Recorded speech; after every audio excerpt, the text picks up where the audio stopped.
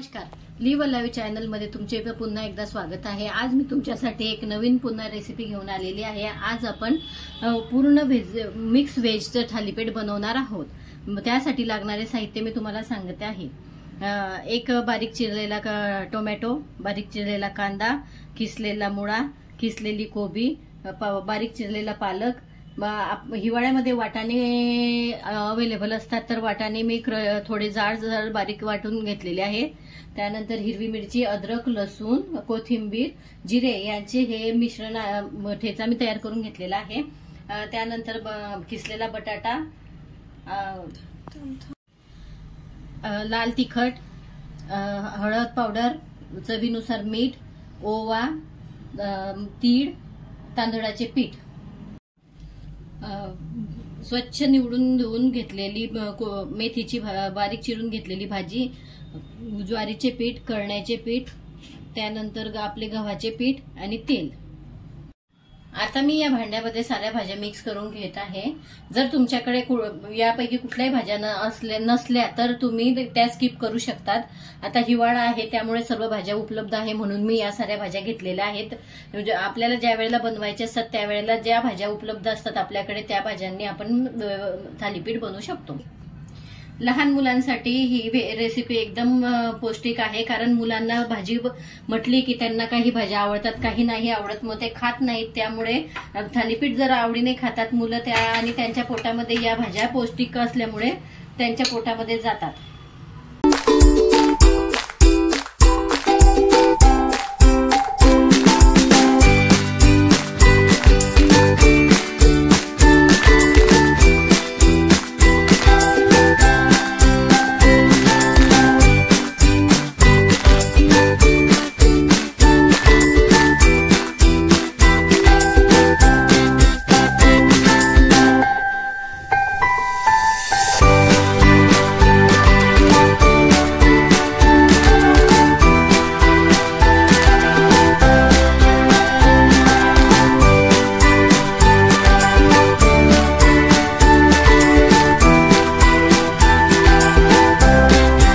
हे सारे मिश्रण मी आता यात एकत्र करून घेते आणि सर्व भिजवून घेते। आपल्याला हे थालीपीठ थापायचे नाहीये, ते आपल्याला डायरेक्ट तव्यावरती लावायचे आहे, म्हणून थोडं पाणी घालून थोडं पातळसरच भिजवून घ्यायचं आहे। जास्तही पातळसर नाही भिजवायचं, त्याचं थालीपीठ बनलं पाहिजे याप्रमाणे भिजवायचं।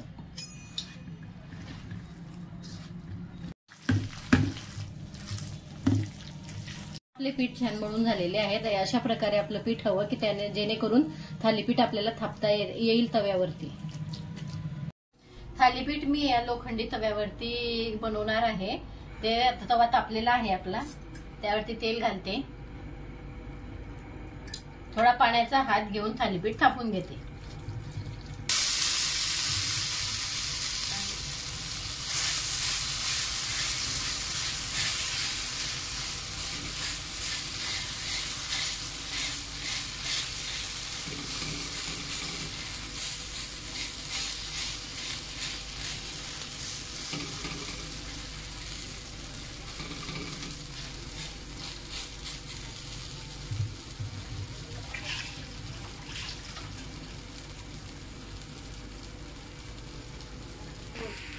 बाजूने थोडं तेल घालायचं, थोडं वरण घालायचं, त्याला असे पॅचेस पाडून घ्यायचे मध्ये, आणि थोडासा पाण्याचा शिंपडायचा आणि झाकून द्यायचं। आता चेक करून घेते। आता समोरच्या साईडने थालीपीठला पीठ दिसत नाहीये म्हणजे ते झालेलं आहे, त्याला आता बदलून घेते।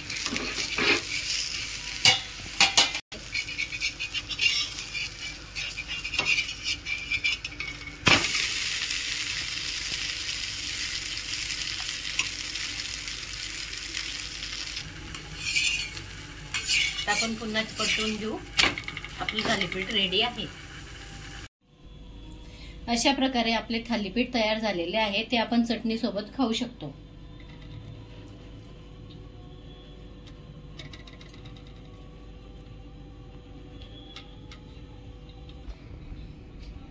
रंगीबेरंगी दिसत असतं थालीपीठ प्रत्येक भाज्यांमुळे, हिरवं पिवळं लाल असं वगैरे, त्यामुळे लहान मुलांना ते एकदम पौष्टिक आहे खायला. लहान मुलं आवडीने खातात कलरमुळे.